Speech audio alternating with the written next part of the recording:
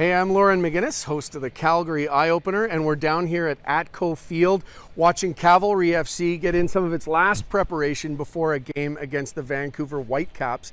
Now, the Whitecaps are an MLS team, a league higher to be sure, so Cavalry would be the underdogs. In fact, we were asked to turn our cameras off during their tactical, strategic part of their practice, so none of that got out. I also talked to stalwart Cavalry goalie Marco Carducci. He's from Calgary. He's also a former Whitecap. So we talked a little bit about the drama there, as well as how this early part of Cavalry's season is going. What are you working on?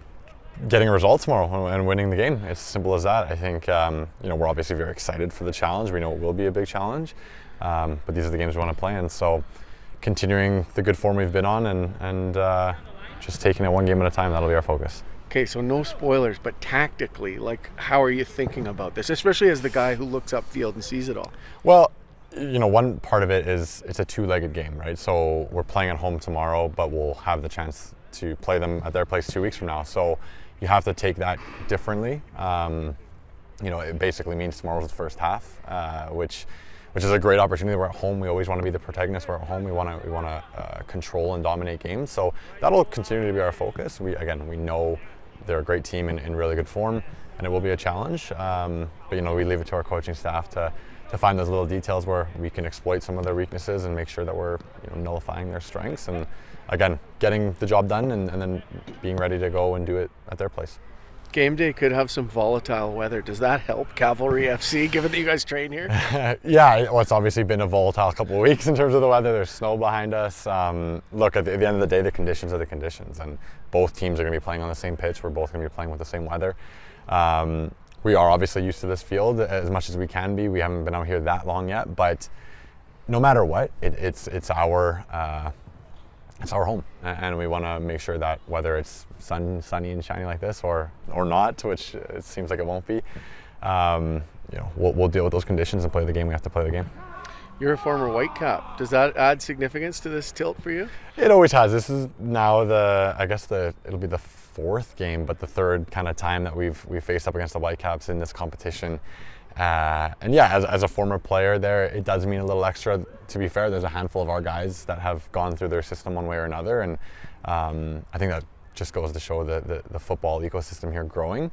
It's been a while for me, so I'm obviously excited for that opportunity, but I'm getting older. It's been some time, so it certainly makes it more exciting. But of course, at the end of the day, playing an MLS side, a team like the Whitecaps, is always a great experience for us, and a little bit sweeter, but at the end of the day, it's still another game to be won.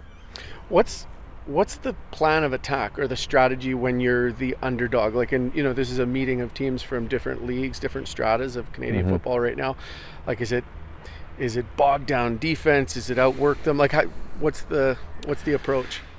I think we obviously have to respect them because we know they have top quality players that can hurt teams at the MLS level, and obviously that'll mean that they're going to be a high quality team that will relish that opportunity. Though I think we've talked a lot about our CONCACAF Champions Cup games back in February against Orlando, who are a top class MLS side, and you want to play in those games. So as a player, again, we'll approach it the same way we always do, which is respect the team that's coming here and understand what they're all about, but ultimately, again, just enjoy that challenge. I think we're going to still want to play the way we want to play. Doesn't matter who's on the other side of the field, but going in with those understanding and the expectation about what it means to play a team like this, and we want to put ourselves in a good position. What did you learn about yourselves? Well, listen, it was one of those ones where we were very early in our seasons, and we saw, or in our preparation for the season, and we saw the quality that Orlando was that they brought to the table, and we knew that playing a team like that was, there's not a lot of room for error, and they have players that can hurt you, and they did, and I think we learned a lot from that experience. There's a fantastic opportunity for us, but we want to get back there, and this is another avenue to do that. This is another opportunity to play a team like that, but we also knew that when we are at our best and when we play the way we want to play, we can hurt any team, and we're looking forward to trying to do that against the Whitecaps. The score's still up from over the weekend. You scored 3 goals. That's a big kind of launch into the season.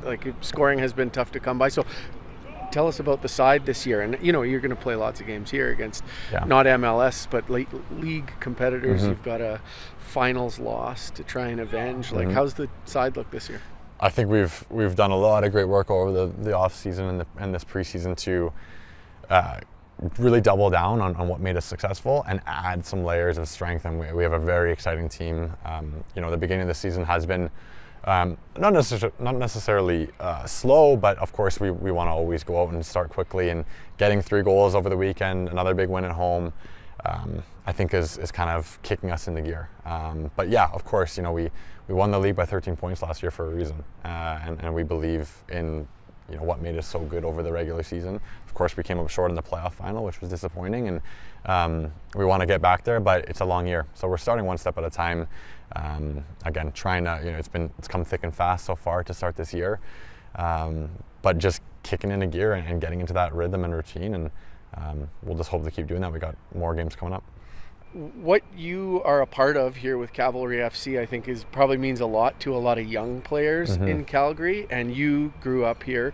Is there somebody, a trainer, coach, teacher, somebody that made a big difference in your path to this place? There are so many, so maybe I'll give a couple. First and foremost, I'm very lucky that my dad was someone who, to this day, has always motivated me and pushed me, and been a supporter to get me to where I am now. And he spent a lot of time when I was a kid training me, and again, hours and hours of his time to support me. So my dad comes to mind right away. But now that I'm getting older and I'm kind of seeing things from the other side, I look back at my youth club. It was Calgary Villains FC, who I'm now helping out with on the side of it, and just seeing there's countless coaches that I had back then, but the people there and kind of the culture that they've instilled there, and a lot of youth clubs around the city, to be fair, that are giving these kids these opportunities. When I was young, there was no Cavalry. The MLS system was just getting into the swing of things, and I was lucky for timing to be able to go out and join a professional academy. But the game's growing in so many ways. The youth clubs are doing a fantastic part of it. Now this club is growing and kind of filling those gaps. So I think about to being a kid and just like the teammates, the coaches, that whole kind of ecosystem that was first and foremost fun, but it was a place where I could just enjoy myself and enjoy my football. And here I am playing professional all these years later. So the list goes on, but those are a couple that come to mind. Tough to limit the list. Yeah, no kidding. I just did my first U8 soccer coaching clinic with Chinooks FC. Nice. Technical director. So can we still get along as a villain and a Chinook? Yeah, absolutely. We're all, honestly, all jokes aside, it's especially at that stage, it's all about just fostering a love for the game. And again, I see the work that many of these coaches, these TDs, these volunteers, parents, staff. It's amazing to see, and the game's only growing. So it's really cool to see, and I'm again, as I'm getting a little bit older, I'm excited to see where will we be 10 years from now. What will this be like in 10 years? What will the youth system be like in 10 years? And how many more local Calgary players are going to be standing here playing on this field, and I'll maybe be watching and cheering them on from the crowd. So it's really cool to see. Keep saying you're getting older. I saw you diving for corner kicks there. Yeah, be kind to yourself, young man. I'm going straight into the ice bath. That's why. Thanks very much. Thanks, Loren.